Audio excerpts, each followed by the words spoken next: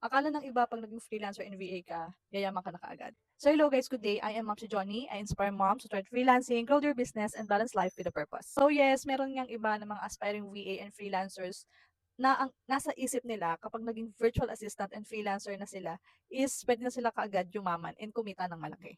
Which is, pwede naman talaga siyang mangyari. Pero, may malaking pero, hindi siya gano'n kaagad-agad mangyayari.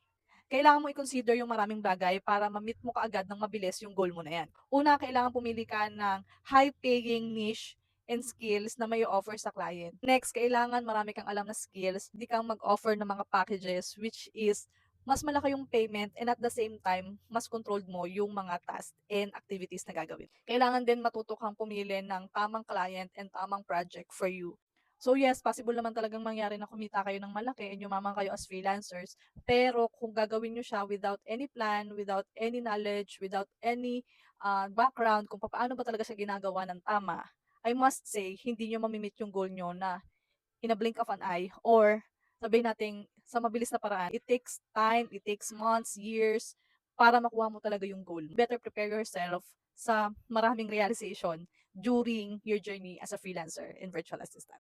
So kung gusto mo pa naman ganitong klaseng topics and videos, follow me for more. Salamat!